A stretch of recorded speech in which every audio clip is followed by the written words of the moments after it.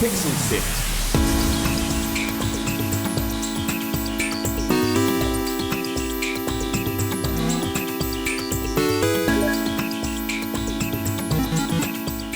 Hello and welcome to Pixel Sift. If this is your first time listening to the show, welcome. Here on Pixel Sift, we speak to creative minds behind video games and interactive media and learn more about their stories.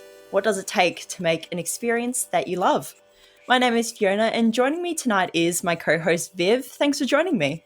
Hey, thanks for having me. Now, this is episode 173, and joining us to share their game is design manager Stemm and production artist Robin Wilson-Davey from PikPok. Hey, thanks for joining us, guys. Super excited. This stuff is great. Love what you guys do. Thanks for the support. We can't wait to find out more about your game and what you've learned along the way to make it. So let's jump in. Hey there, if you're enjoying the show and you want to hear more, subscribe to Pixel Sift on Apple Podcasts, Pocket Casts, Spotify, or listen on pixelsift.com.au. See you there. Agent Intercept is a third-person driving game where you play as an agent using a slick, souped-up, transforming vehicle to stop a criminal organization. So, for those learning about Agent Intercept for the first time, could you describe it to us? Yeah, Agent Intercept is every car chase ever. It is the feeling of being a super spy. It is all the best moments of action from action movies and car chase movies and espionage movies, like distilled into an essence with you in charge and you in the driver's seat. So what inspired you to make the game? Like you said, it encompasses so much. What first made you go, let's make a mobile game for this? Yeah, that comes actually before both of our time. I came in at the very beginning of the project, but not before the early prototyping of. And that came from the opportunity from Apple Arcade, where they wanted to work with us, and we gave them a number of pitches, including a pitch that was inspired by Spy Hunter. And that idea, or as our chief design officer, Andy Satterthwaite, said, not Spy Hunter, but your memory of what Spy Hunter felt like. So that is, again, the essence of these awesome action driving games. And that was the pitch that they really liked. So it got developed. There was a quick prototyping period just to see, does this game work? Can we get some content for Apple Arcade? And then once we got it out and it felt good and Apple liked it, we realized there was just so much more we could do with the game, and thus built out more missions and more modes and a story campaign and continued improvements, and the team expanded until we have what we think is a pretty nice premium game right now. Just to clarify, you built this game for Apple Arcade. It wasn't a game that was in development and then pitched to Apple. Correct. Yeah. Apple came to us for the opportunity. We gave them several pitches. This is one they like. And so it was developed in conjunction with them, where the Apple Arcade model is they help fund the beginning of the game. And then there's some kind of contractual agreement of profits thereafter. And yeah, so they had the opportunity, but we pretty quickly latched onto it because the vision of the game was so clear. Like, it was this outside opportunity where Apple's like, we want to work with you, and we pitched this game, but it didn't take long for us to go like, oh yeah, this action game is great. Like, we all understood the feel of what a super spy was like, and we really thought there was so much we could do with that. And speaking of vision, one thing that really caught my attention was the art style of the game. It's super bright and vibrant. Robin, could you tell us a little bit more about this? So it kind of leans very heavily into these sort of drawings from the 60s and 70s and kind of old like spy movie posters, like old James Bond stuff. I think a lot of those images have a lot of kind of fun and kind of like this kind of cool, slick lifestyle kind of feeling to them. So we just wanted to lean into that and kind of give the game a really nice kind of retro-ish but kind of sleek, stylized feel. I like that you said lifestyle, because like our game is not about doing any kind of espionage. It's about that feeling, the lifestyle of being, an unflappable, super stylish spy. One of the things that comes with spies are like obviously the really cool cars, the gadgets. How important was it to try and incorporate all those things that you kind of associate with spy movies into a singular car? I do know it transforms, which is pretty cool. Yeah, that was the unique selling point of the game, the transforming spy vehicle. And that was actually one of my guiding principles for the narrative, was because I'm a design manager at PikPok, but I was narrative designer on this game. And so yes, I wrote all the dialogue and I wrote the overarching spy story and, the ideas behind the missions. But part of it is that moment to moment gameplay of going, okay, if we want you to feel like you're in control and this awesome transforming spy vehicle matters, we have to put challenges that only this spy vehicle can solve in front of it. So that was thing going like, only the scepter can solve this situation. And there are multiple times where we even like directly say that to the player, being like, agent, this is a job that only you can handle. So we want the player to feel like only they can do it because they're the only agent capable of piloting the scepter transforming vehicle, and only the scepter can get through these larger than life death-defying situations. And so it gave us this excuse to put together these ridiculous set pieces that go across different types of terrain, and something that literally impossible to do in normal vehicles. But again, always centers the players. They feel like they're in charge, only they can do it because they're the best super spy. And like that was a guiding thing to always make you feel like you're the one saving the day, only you, because of this awesome vehicle. And plus, transforming stuff always looks cool. You definitely see a lot of cool reactions when people see it transform for the first time. Yeah. Oh yeah, that's been some of the best part of the streams is those first transforms when we see the streamers' reactions. That carried through to the overarching narrative too. I don't want to give any spoilers, but I thought like, what's the cool? The unique selling point is this transforming spy car. So I knew that transformation aspect needed to be like seeded into the overall narrative too, because it was so cool. So you'll have to play the game to see how it actually pans out in the story. But that was such a like forefront of the vision. So the good part about that is we can author these incredible larger than life cinematic set pieces, which maybe you can talk about a little bit in a sec. But it means that, you're not controlling when you can transform it. And so we had to make it feel earned and feel part of the narrative. So part of that was storytelling, right? So we'd have a situation where like you're chasing a helicopter, but then it shoots a missile at the city, but you have no way to get to the city. So you transform into a boat and you're able to save the day by taking that shortcut. Or, a villain comes out of nowhere and knocks you off-road, but you transform into off-road mode, so you're able to stay on and do that. So we tried to make all the story beats support that transforming, so it didn't feel like you were just randomly running around. But again, it felt like you were deliberately, because you're a slick super spy, doing it at the right time to solve the problems. Our level designers were also really excellent at understanding the fun of each vehicle and making the moment-to-moment gameplay great. So going, okay, you're going to transform into a boat. That handles differently. What can we do with that? You're transforming into the sled mode, and that has really wide handling and can get big air, so let's put a lot of jumps in. The car has tighter control, so you're going to have more enemy fighting. So our level designers were great at going, okay, you're in this mode. What's fun about this mode? Let's build the gameplay around that. I think there was a lot of creativity as well because we could only fit in so many modes. And I think we were like, oh, well, what else can we do with that type of vehicle? Like, for example, the sled mode, which you think first is like just for Arctic stuff. And they're like, well, maybe that would work if you were in like really loose sand. And so that kind of opened up a much broader kind of range of environments. And it's kind of same with the jet mode. We're like, you can fly in the sky, but maybe where else can you fly a jet? And just kind of, we found... underground in tunnels to the center of the earth, for example. Yeah. Well, were there like many vehicles that you had to cut out during the game design process because of just how many that you could put in there? No, it was the opposite, really. We started with a tight set of just car and boat and off-road and left it at there. And then as the game expanded and we felt good about it and felt that there was something there, we added on the sled mode, which then we added on the aerial mode. So it was actually, we were smart about scoping small and then expanding from there. So with the art side, what were some of the challenges when creating the look for the game, especially when it's so fast-paced for the player? It's tricky because, especially initially, we were quite on mobile. You have a lot of restrictions about what you can fit in, and kind of creating things that feel like you're getting a good sense of speed when everything is kind of quite flat. So I think a lot of the stylization that we kind of leaned into, I think, helps with a lot of that.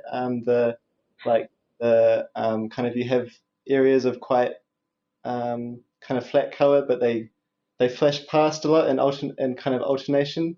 And then as we brought the game onto Steam, obviously that opened things up a lot more, and we were able to add lots of kind of cool like motion blurring effects that kind of helped to sell that sense of speed even more.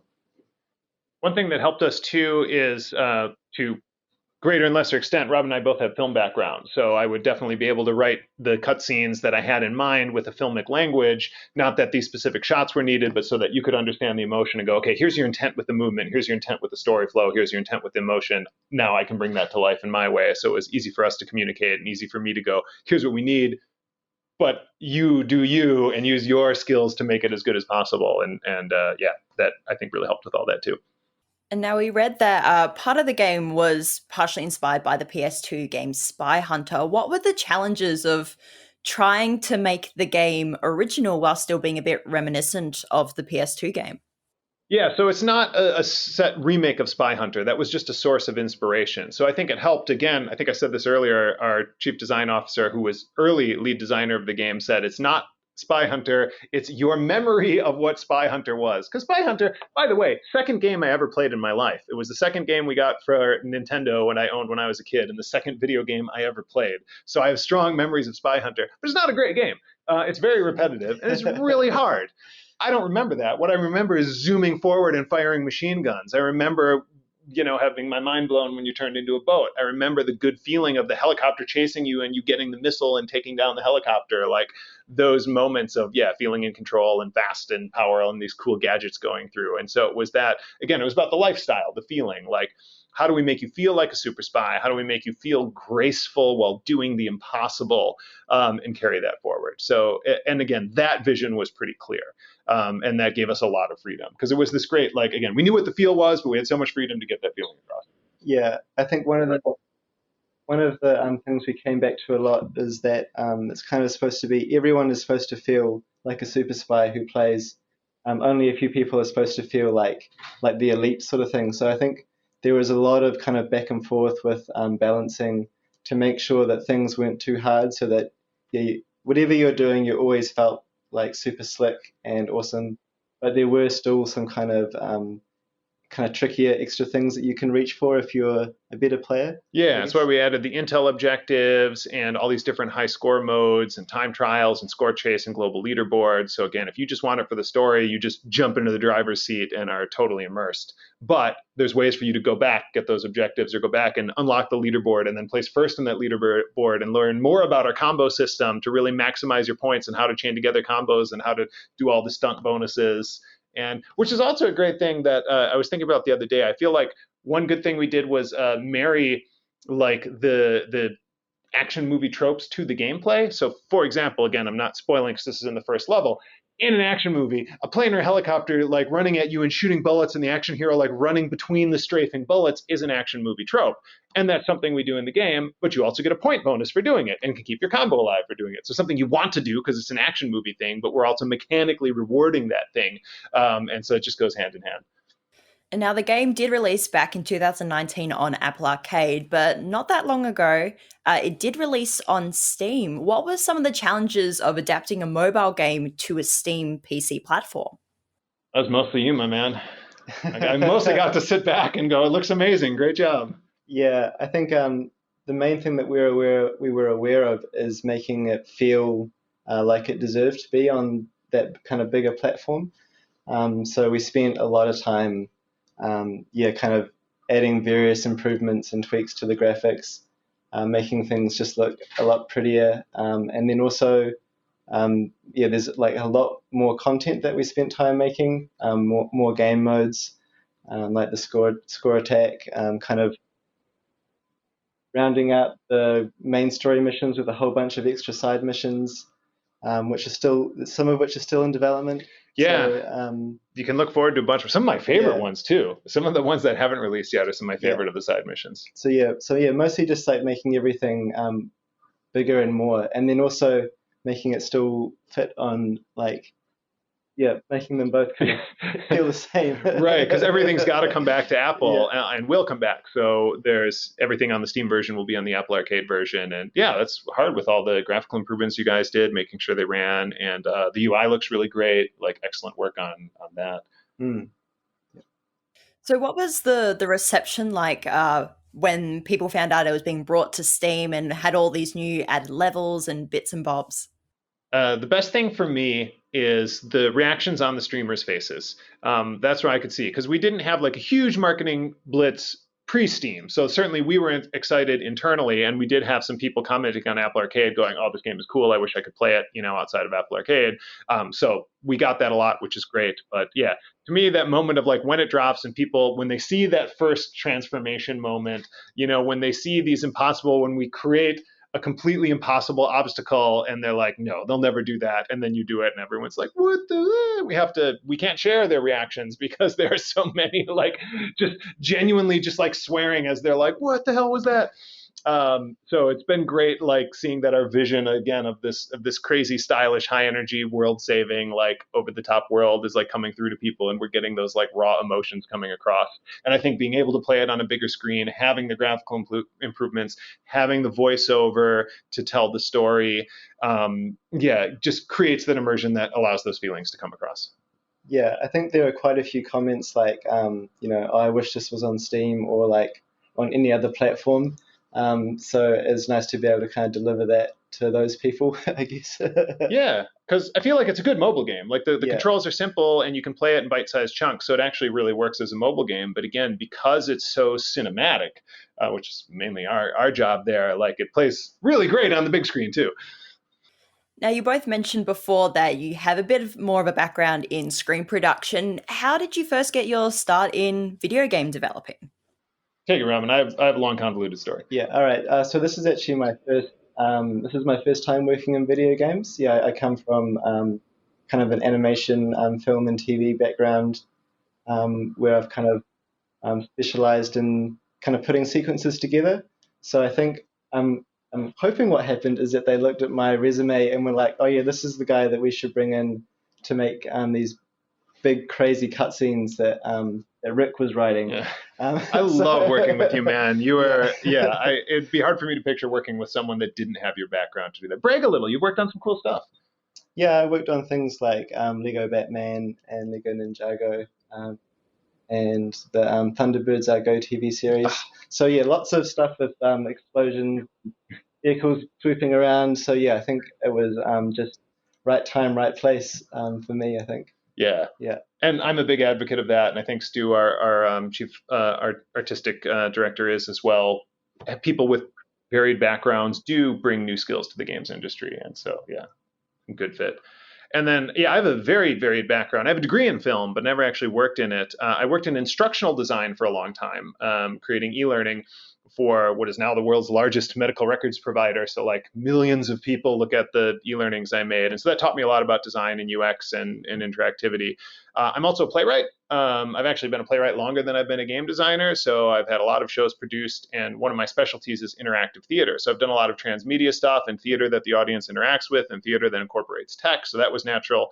Though I have also worked in educational games. I was an indie game designer for many years and made my own games while also working as a working artist and teaching game design at an art school. So I have like instructional design, video game design, teaching, film, theater, weird transmedia art. I'm also a kung fu instructor and a fight choreographer. So like I just think about movement and action a lot. I think one of the reasons we get together, because we know how to like tell stories through movement and action. And all that mixes together and makes me a good game designer, hopefully. That's quite the repertoire. What made you interested in that, I guess, in the field of stuff? Yeah, to me, it was video games were cool, not just because I love playing them, but for me, there's something magical about them being interactive. They're really, I can go on to a whole screed about how all art is interactive, but really more than anything, video games really only exist with a player, and you have to think about your audience. And there's something magical about letting people create their own stories. So like I did a lot of role-playing games. I still play D&D and love GMing because I love creating experiences that people feel are their own and they own, and video games just do that better than anything else. So that was me. There's the magic to the interactive art form. Yeah, I don't know. It's always been like an area of interest for me, and I think there's a lot of opportunities for kind of exploring the cinematic side of games in a way that's like more interesting than just seeing cutscenes, and kind of exploring how the player can be involved in that sort of stuff. So yeah, I saw an opening to kind of get involved and was like, oh yes, awesome. Yeah. I think that really helps this game. So we've got the cinematic background, we've got the theatrical background, and then we both have video games, and like all of that is evidenced in this game, I think. Well, that's our trifecta, but we have amazing tech people building, incredible tools for the team to use and making it feel good. Great UX and UI, so everything comes across. Like obviously amazing production artists. The level designers are fantastic. Even just the support, QA people playing the game all the time to make sure it feels good. Yeah, we had a really fantastic team. You're right. We need to give them all credit. We're here representing them. But we have a lot of amazing. They all have cool, diverse backgrounds. Yeah. So what is the industry scene like in New Zealand? Like you were saying, you've got such an amazing big team all working together and providing so many new and like individual experiences. Yeah, it's growing in a way that I really like because San Antonio, Texas, which is where I was from. I'm from Wisconsin. If there's anyone watching who knows where that is, but San Antonio was similar in that there wasn't a big indie. Austin had a big scene, San Antonio didn't, and so I got on the ground floor of that, and I was helping to like found an IGDA chapter and like get a group of gamers together and connect other indies and get booths at PAX so we could connect with others and like grow the scene. And New Zealand's a little farther than that, but it has some of that same energy of going like, hey, actually, we're not alone. There is a scene here. There's other studios. There's internationally known studios with popular games with millions of players. But there's still room for us to connect and support each other. There's still room for the government to like understand what we do and put money into it. So it's at this cool place where I think it's recognized and it has a reputation. Like 3 of the 60 launch games are from New Zealand or New Zealand, Australia in Apple Arcade. So like a way higher percentage than you would expect, having like multiple launch games of the 60 launch titles from New Zealand. So it is an internationally known industry, but there's still room to grow. And I think that's a good thing. Again, it makes us support each other and it makes us get out in the community and try and support universities so we can get more talent in, try and talk to the government so they understand what we're doing, trying to get investors involved, trying to get people to move here. So it still has that energy of like, yeah, let's grow. We can do this. Sorry, I rambled a lot. I don't know if you have any thoughts too, like what, from your more outside perspective. Yeah, I don't know. I think it still feels. I think the things have come a long way, but it does still feel small enough that there's kind of a bit of a community vibe with lots of kind of smaller scale things going on. I know you've been involved with like some of the talks, like for developing narrative for games and stuff like that. Yeah, I like that aspect, right? There's, I've talked at multiple universities and it's great to do that. We've got NZGDC coming up where I'll be giving a talk there. We have these other groups like Wellingtaru and Game Developers of Wellington and Kiwi Jam. And again, you will see people like, success stories, people from Dinosaur Polo Club or Grinding Gear who makes Path of Exiles. Like they'll show up at these local events and support people and it's really great. While also having some up and coming indies. I wanted to ask more about like the artistic approach when making or when creating anything in general, not just video games. Robin, what are, I guess, your first steps when you when approaching a certain idea? Do you like know where to begin, or do you like take heavily from I guess a concept that someone gives you? Like talk us through that. Yeah, I'd say definitely here on Agent Intercept at PikPok, we have an awesome art direction team. So there's, I think they along with the concept art team do a lot of the heavy lifting when it comes to defining the visual style. And then kind of once you're kind of in the weeds of making props and vehicles and whatever, I think there's a little bit more back and forth. But usually it's, like you look for references that feel appropriate and maybe you have a crazy idea that fits whatever crazy thing you're doing at the time. But yeah, and then just a lot of conversations between a lot of really talented people, I'd say. And is the process between creating game art and animated film, for example? Not too different. I couldn't speak to it very very kind of intelligently because where I was working before was like quite like in the, I don't know how much you know about like layout, but that's kind of like where everything is still kind of like gray boxes and you're kind of just moving like very, very early versions of things around in space. But I'd say that generally you have a concept team who come up with things. Some projects I've worked on, like directors or people who've been working on things are kind of involved in generating ideas, which I think is probably similar to how the team works here on Agent Intercept. And then you kind of, you're like, yeah, we have this crazy idea. And then the art department are like, cool, we'll come up with a bunch of cool stuff. What do you think? And we're like, oh yeah, that looks great. And yeah, kind of everything just kind of builds on top of each other. And now, Rick, you were saying before that you've are a playwright. You've written for a whole bunch of different theatre productions.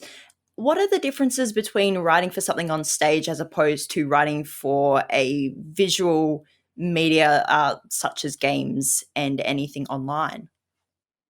Yeah, there's probably there's a lot of differences. Might be easier to talk about the similarities, but obviously scope is one, right? On a stage, you're limited to what you can actually build and do in real time, and in a game, you can go into space or travel through time, with relative ease. Though I think that's actually one of the things that makes me a good over the top game narrative designer is that one of the things I love about theater is that imagination of going, okay, we do have this limited space, but can I still transport you to somewhere else? Like I have a video game show and we have these giant monster battles that are all done with stagehands doing little monster puppets and moving little magic effects around, dressed in black, and just going like, can I evoke that same feeling within these limited constraints? And so that gives you a lot of big imagination. Obviously, theater is more focused on the actors. Of course, that made me, I think, hopefully helps me write, good dialogue and work with voice actors. But the player is the main actor in a game, so you really need to center them. Whereas in theater, you might have an ensemble, and each of the different characters are equally important. So you definitely have to think differently to center the player that way. The thing that I like about both of them is that they're collaborative. In both aspects, the only way to put on a theater show is to work with actors and director and dramaturge and set designers and costume designers and lighting people and sound people, et cetera, et cetera. And same thing with video games. You can only make a game with tech and programming and UI and various aspects of art and QA and various types of designers, but that is always going to make it better because there's always going to be like, I have a kernel of a story and I believe in this story, but how that story comes to life is mostly in everybody else's hands. And they're going to bring things to the table that I would have never thought of that just makes it better. And so I think like the best thing I've learned as a writer in both media is to go, if I can excite people about the idea, either like literally through an action movie or just a vision that's clear and gets people hooked into you, then they're going to bring their all to it. And then they're going to make it better than I ever could. So what would be the most challenging aspect of game development to the both of you? Yes, for me it's scope, which is classic because I just want to do things big and crazy and I want to tell stories and I want everybody to have a chance to do their best. And so I'm getting better at it. I get better every year, but it's an age-old issue that it's hard to constrain it, which is often better. I think it's better in the end when you constrain it, but I think it's okay to start big if you know how to bring it in. So I've gotten better at still starting as big as possible, but knowing that we start as big as possible, get people excited about the possibilities. But we're actually going to scope it in. It's going to be better and type for that. So yeah, just forcing myself to scale it down. Yeah, I'd say it's probably a similar thing for me. I think for me, I have to remember not to say yes to everything. I think there's a lot of people, a lot of the team have lots of really good ideas all the time. And as a production artist, when someone's like, oh yeah, do you think we can just like add this thing in here, and will that be that, and you kind of like, yeah, that sounds great. And then maybe afterwards you're like, oh wait, it actually sounds like a lot of work. And so, just kind of balancing those things out, I think, is another thing I'm kind of learning to do as well. Yeah, because if you just put you and I in a room, like we spitball all day and come up with the greatest cutscenes ever, and the game would never get released. Yeah. Yeah, it sounds like when you two are together, there's lots of ideas flowing and lots of things that you both want to achieve with not only this game, but others too. Yeah, and I think that's one of the things that made Agent Intercept good is whenever I was pitching a new chapter, like the overall story, I'd get the entire team into the room and go, here's what I'm thinking, and then just let people flow with ideas. Usually it would just be building up, what about this, but it would also be useful for tech going like, oh, I think that's going to be too hard, or art going, oh, we've been working on this cool asset, can you work that in? So there was always these moments of the whole team coming together, and then likewise, when we embarked on a level, there would be these early cutscene meetings where we'd have representatives from tech and design and production art, as well as us getting people in a room to talk about, again, both the what's possible, what are good ideas, but also where are the constraints, where do we get the most bang for the buck, what's there. So but having everybody in a room just feeding off of each other is really great. And yeah, we had a lot of good moments that design moments, story moments that came from level designers, or in really cool visual moments that came from tech people. So it's fully collaborative effort. Yeah, I think it's really nice. Although I think people were keeping kind of technical and constraints in mind, I think generally when it came to like the quality of ideas, I don't think anyone ever said, "Oh, is that too crazy?" Like it was always like, "Oh no, that's fine," or "That's not crazy enough. Yeah, we can push it further." Yeah, it was more, how can we do that? Yeah, yeah. Now, for those just starting in the game developing industry, what advice would you give to people who aren't sure where to begin or what to do?